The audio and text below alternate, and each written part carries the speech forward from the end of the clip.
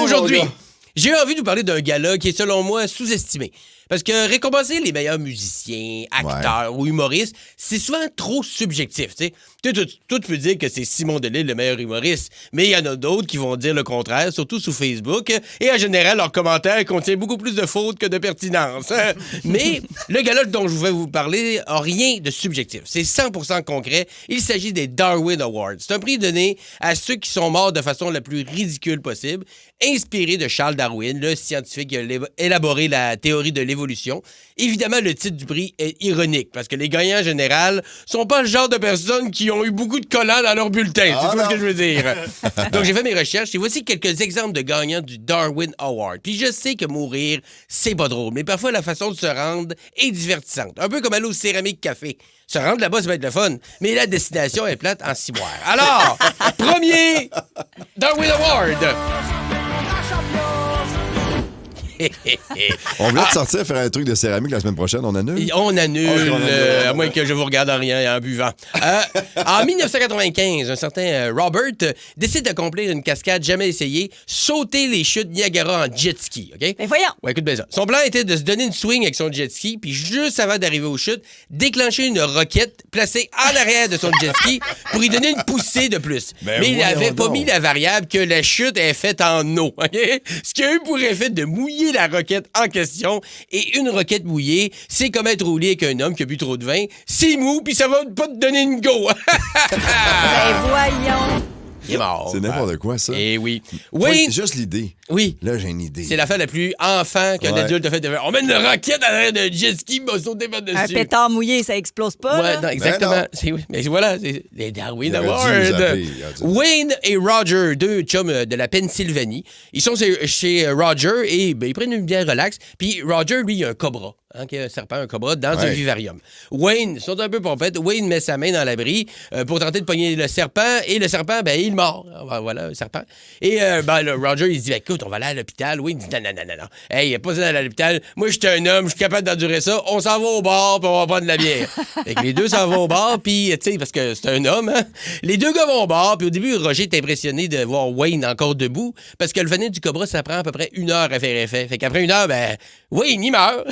Au bar. Puis j'imagine que Roger, il finit sa bière aussi. C'était pas les deux pogos les plus dégelés de la boîte. Un certain Henry, qui aimait concocter des bombes artisanales, OK, parce qu'il y en a qui ont des hobbies bizarres, avait décidé d'envoyer un petit colis piégé à un journal du coin qu'il aimait pas, OK? Mais en envoyant le colis, il a oublié de poser un timbre sur le colis. Okay. Donc, quelques jours plus tard, le colis lui est renvoyé. Il s'en est pas rendu compte, il a ouvert la boîte puis il s'est fait tuer par sa propre bombe. Il a réouvert la boîte lui-même. Oui. Il est bien calme. Il savait faire des bombes mais pas poser des timbres. Bravo! Mais quel épais. Pas pire, hein? Hey, sérieux. La prochaine a fait mal au cœur un peu, mais elle est drôle quand même. Ouais. Un homme du nom de Steve, parce que, tu sais, demeurait en Alaska, OK? Il demeurait parce que il est mort, vous avez compris. Il a lancé un bâton de dynamite sur un lac gelé. Des fois, il faisait ça pour rire. Il n'y a personne autour, ça le faisait rire. Mais il y avait aussi à côté de lui un chien qui était de chasse, très bien dressé. Non! Qui rapportait tout ce que son maître lançait. Non. Fait qu'il a lancé la dynamite, il circulait. Quand il s'est tourné, son chien l'avait dans la gueule. Puis... Il est mort comme ça? Les deux ont explosé. Ah, le meilleur ami de l'homme. J'ai l'impression qu'il y en a qui le méritent, moi, des fois. Des sélections naturelles. Je veux pas être plate, mais à quel point tu le lances, tu vois ton chien partir, tu fais oh. Non, en fait, tu pars en courant, là, je sais pas. Il circulait, il s'est tourné pour aller plus loin, puis quand il s'est retourné, son chien est en train d'en revenir avec un bâton de dynamite, puis il n'a pas réalisé tout de suite, j'imagine, il y a un petit délai. La dynamite, ça pète quand même pas pire. Ouais. À Phillipsburg, un jeune homme du nom de Joseph passait du bon temps dans un bar de danseuses du coin. Une stripteaseuse avec un kit fait en paillettes faisait une danse et elle se frottait un peu sur lui, puis la poitrine en face. Puis Joseph était excité, mais il faisait comme des petites mordées dans le soutien-gorge et détachait tranquillement des paillettes qui se sont collées à sa trachée, puis il est mort étouffé. Ah, mais ça, c'est triste. On peut pas dire que c'est très reluisant comme mort, hein? Même que je te dirais que faut être assez toton pour mourir comme ça. Pas que tu toton. Les jeux de mots. Alors, les deux derniers. Finissons avec des personnalités connues. Ils sont morts de façon douteuse. Jack Daniel, le célèbre inventeur du whisky, Jack Daniel, qu'on boit en shooter pour ensuite vomir en jet rendu à la maison.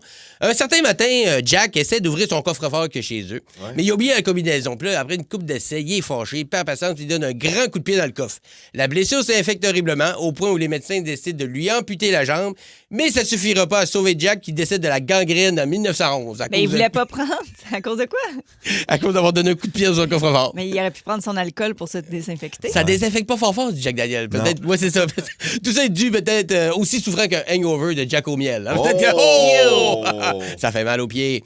L'acteur David Carradine, qu'on l'on connaît aussi pour son rôle de Bill dans Kill Bill, de Quentin Tarantino, a connu une fin bien malheureuse et gênante parce que Carradine avait une façon très particulière et dangereuse de se donner du plaisir. On l'a retrouvé suspendu à une penderie par une corde dont les extrémités étaient attachées l'une à son cou et l'autre à son sexe. Donc, son corps a été retrouvé par la police dans une chambre d'hôtel de Bangkok. Parce que, tu sais, Bangkok, la police se conclut à un suicide ou à un accident de masturbation. Dans les deux cas, personne pensait que c'était comme ça qu'on allait Kill Bill, hein?